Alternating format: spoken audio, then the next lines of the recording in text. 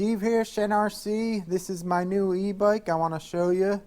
And also, I got tips and tricks if you plan on getting one of these bikes. I got this so I could bring some of my RCs to the park and stuff.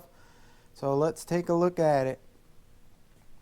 It's a dual suspension. It works really good. I took it out a few times. I'll show you what to do with this when you first get it. Make sure you check all the nuts and bolts on it. Check everything so they're tight. That's what I did to mine. Because some stuff was loose. You have to make sure everything's tight. And here's what I did with mine. I got a little mini GPS computer. I got a better seat here. This is a Cloud 9. It has like an elastomer suspension. What else did I do? I got this rack here. It clamps on really nice with this. The same way your seat post clamp works. You clamp it on around the seat post. And it goes on over the back like that. And you could strap stuff onto it. That's what I do with the RC cars. Also, this has the computer here. Let me plug in the battery really quick. Here's the computer, how it works. Press it and turn it on. You got low pedal assist, medium, and then you got high. Then if you press in these two buttons when you're in high, it'll switch off the speed limit and you could get up to 20 miles an hour. And then you hold the plus button in and the front light will come on.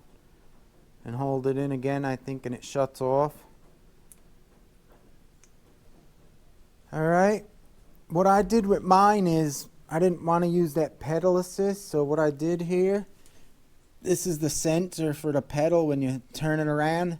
This wire here goes in this box. I just took the box off. And there's a plug. I unplugged it. So that way, I only have the throttle now. So I could only use the throttle right now because I took that cable off. There's no mode on this to shut the pedal assist off.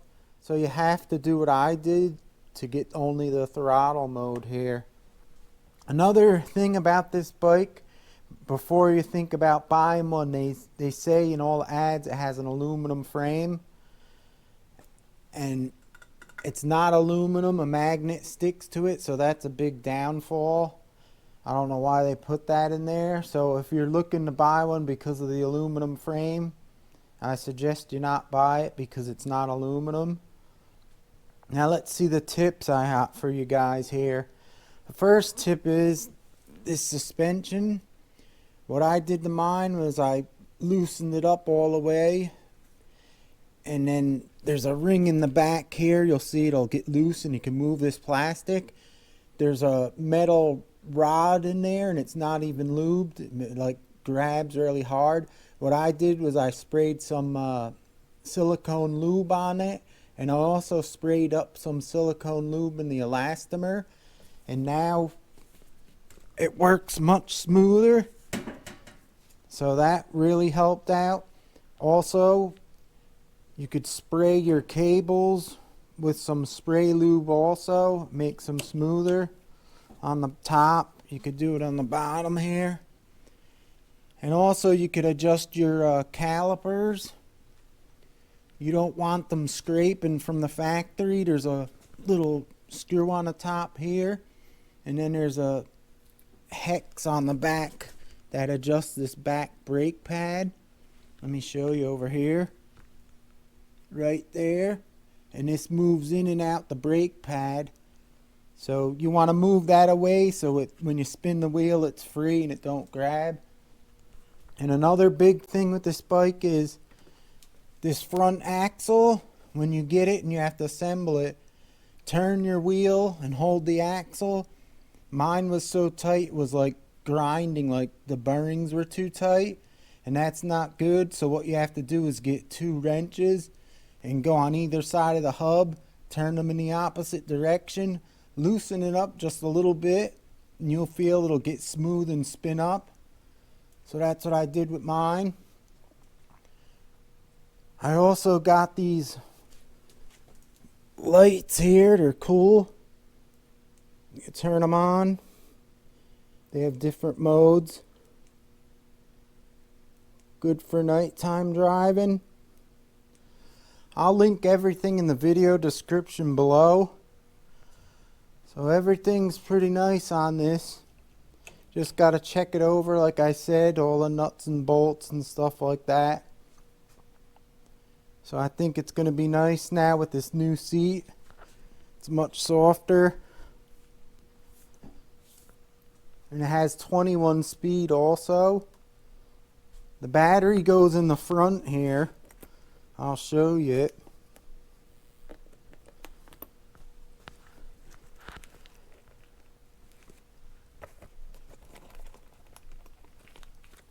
I have my cables in the front. Some people put them in the back. I don't like that. So I put mine like this. Here's the battery.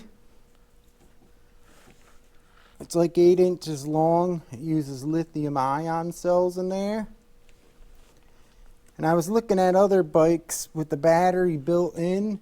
They go inside the frame or in like a unit. This is a folding bike. I was looking at other folding bikes and they had the big battery that shoved up inside this pipe here that's wider. The reason I didn't go with that, because if you look at the prices for a replacement battery, you have to pay like $300 or more. With this one here, you could go on eBay and get a battery that's the same, but 10 watt hours more power. This is like 8 watt hours, I believe. You could get it for $120. It's a lot easier to buy a battery at $120 than $300 something dollars. So I figured I'm going to go with this one because I know I got power tools that use these lithium ion cells with like 20, 30 of them in it and stuff. Sometimes the packs go bad and they're expensive. So that's why I went with this one. Doesn't look as nice with the battery on the front, but it's a lot cheaper if you have to buy a new battery pack. Well, there you have it, guys. That's the new e-bike. I should have fun with it.